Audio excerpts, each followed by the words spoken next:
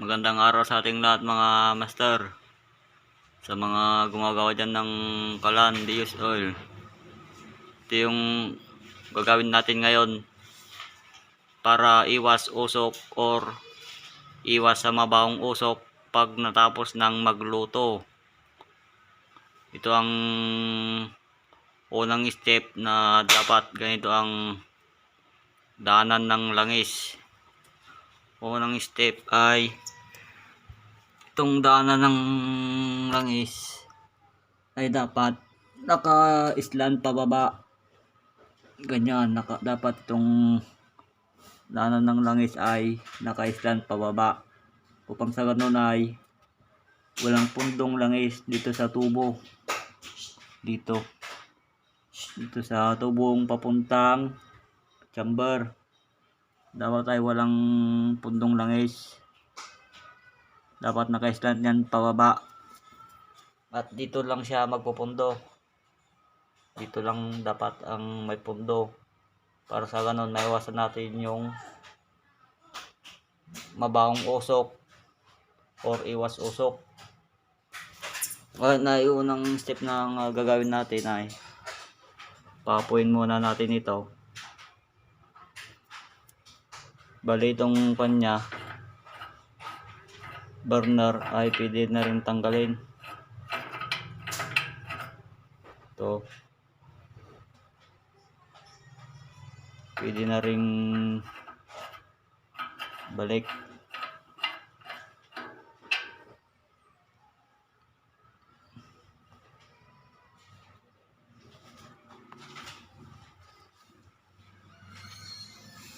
Ngayon ay lagyan natin ng supply. Mabilis na pagpainit sa ating chamber hanggang malatagan lang yung flooring. Ganito yung technique para mabilis mainit ating chamber. Unang-una, pag nasa kalahati na yung supply ng langis dyan, ay pwede nating patayin tong supply ng langis. Yun. Para mabilis. Shoutout kay Samford. Gamit ang crudo diesel, mas mabilis uminit ang ating kalan. Para hindi tayo mahirapan sa pagpapainit, lagyan natin ng dalawang takip. Uy, nahulog. Lagyan natin ng kahit dalawang takip lang. Dalawang takip nitong crudo para mabilis uminit.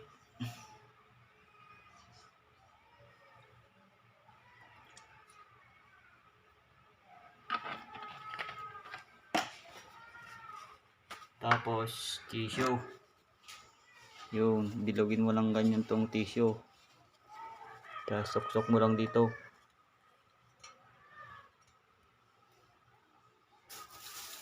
Tapos sindihan mo na.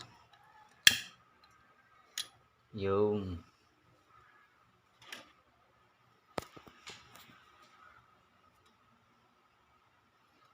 ngayon, pag nakita mong yung apoy ay lumabas ng ganyan, lumakas ng ganyan, pwede naman ang sindi itong blower. Kahit lakasan mo na to, hindi mamatay yung apoy. Yun o, nag-blow agad. Kung may ganyan yung kwan, para mabilis minute, lagyan mo na ng crudo. Kahit i-pull mo na tong kwan para kung gusto mong mas mabilis na minute yung chamber, ay lakasan mo na tong blower. Yun. Yan yung kagandahan ng microdo. Huwag magpapainit lang naman yan. Yan, pwede mo lang panyan sa langan. Pwede ka nang magluto, magprito.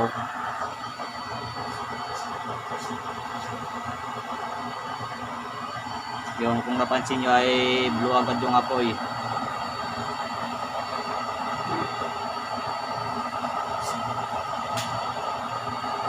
Yun, mabilis mag-blow. Pwede mo nang ilagay yung dyan, kaldero. Pwede ka nang mag-prito, magluto. Pwede na yan, blow na. Yun. Bali, huwag muna tayong magsusupli ng langis para makita nyo dito kung gaano kabilis. Yun, blow na agad yung apoy.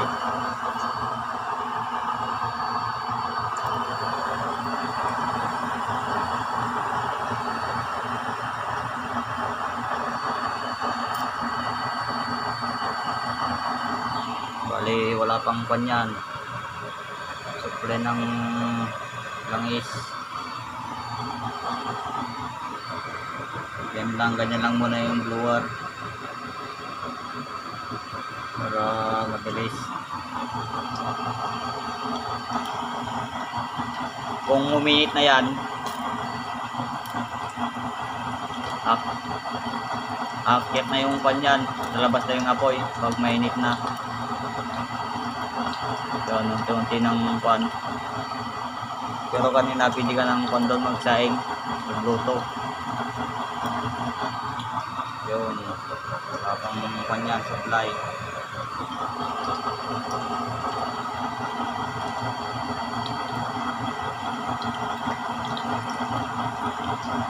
Pero kung pan din, pwede mo na rin hinanyan kung ganyan na nag-blow. Pwede mo lang hinan yung blower. Kasi malakas na yung apoy niyan. Pwede natin hinanyan. Pero kung nagmamadali ka, ganyan muna para mabilis minute. Pero kung magpiprito ka lang ng itlog, tuyo, pwede mo yung hinaan para hindi malakas yung apoy.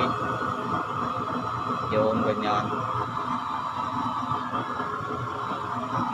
So, palabas na yung apoy niya.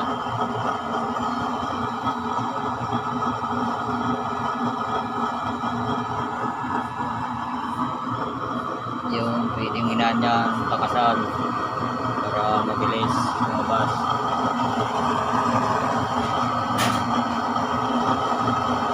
Pwede ka lang mag-supply dyan ng pan.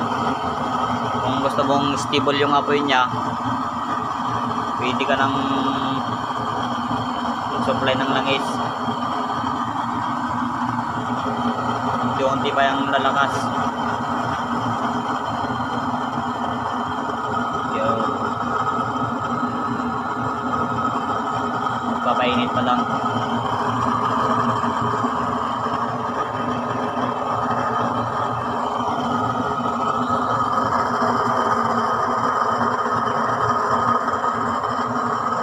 Alas na yung apoy niyan.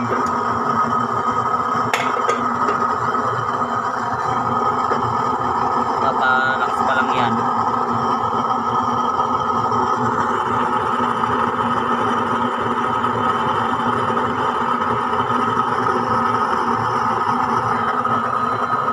Kung gusto bang lakasan yan, apoy, supply ka na ng langis.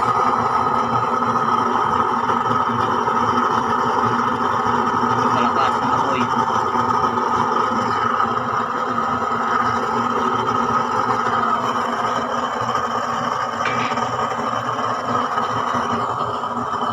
Hindi mo na rin hinan yung kanyang blower.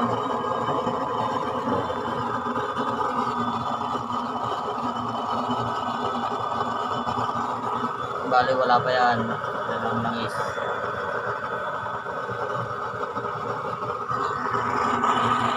Kung mapapansin mapapansin nyo ay may pula-pula yan. Pag may kaldero yan, mawala.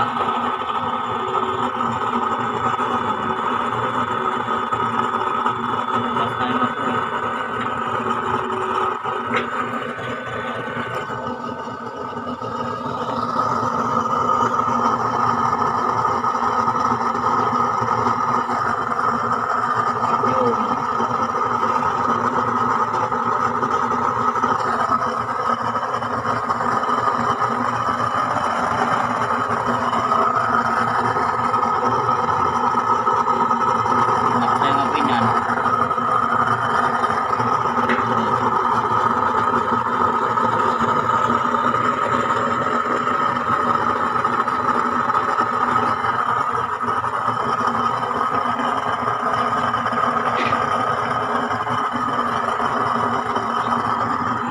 Pwede mong panyaninaan blower.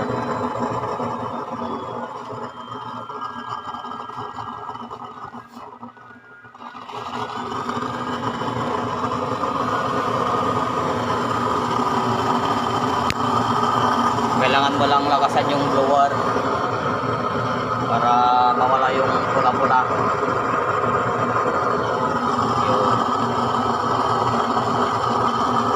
Minit na.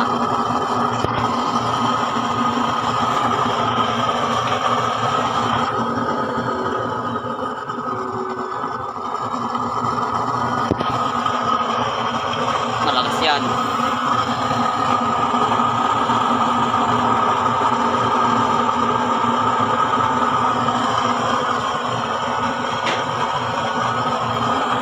Kung palubog na yung kanyan langis niya ay yung apoy, palubog na yan, kung di nalalabas, ibig sabihin ay konti na yung supply ng langis. Yun o, palabas na. Lakasan na natin itong kanya blower para makita natin mamaya kung uusok o hindi.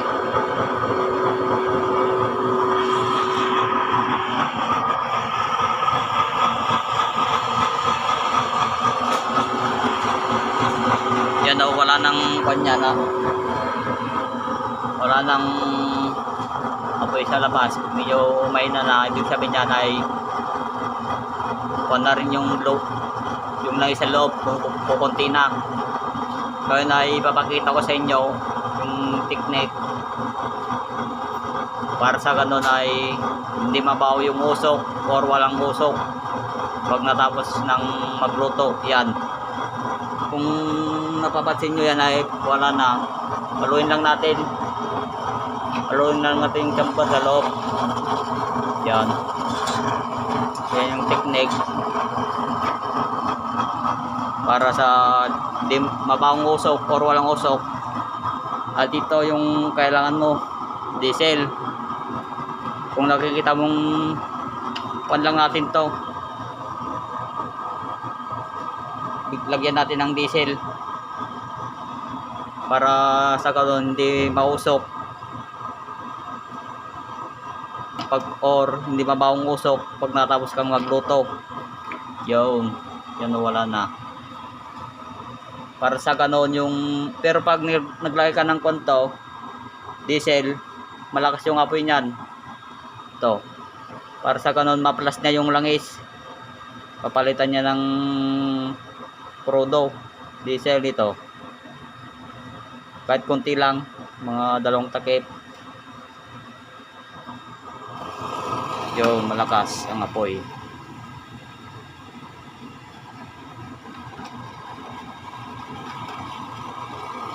Pero hina rin yan.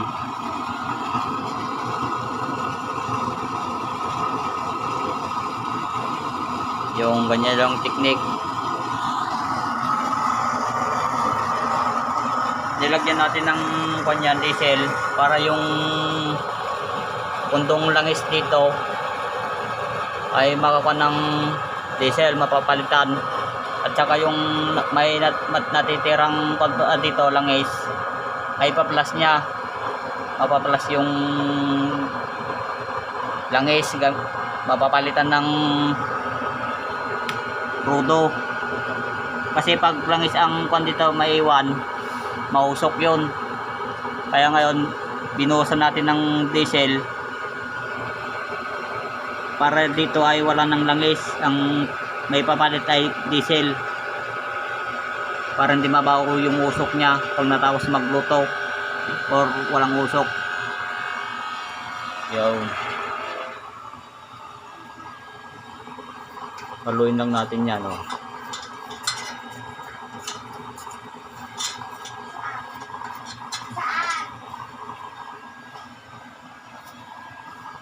Yun, ganun lang. Hindi na yan mabahong usok or hindi na usok. Kasi plinas niya yung naiwang langis. Pinalitan niya ng krodo. Kasi pag kon yan, mabaho talaga yan. Kung ang maiwan dyan ay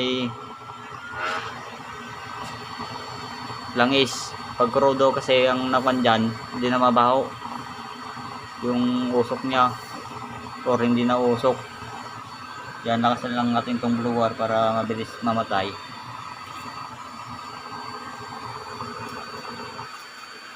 Yun.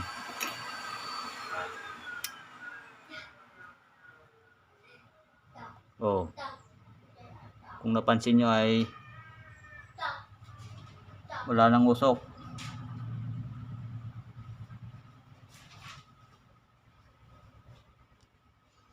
May usok na konti pero kuan, walang amoy. Hindi siya mabaho.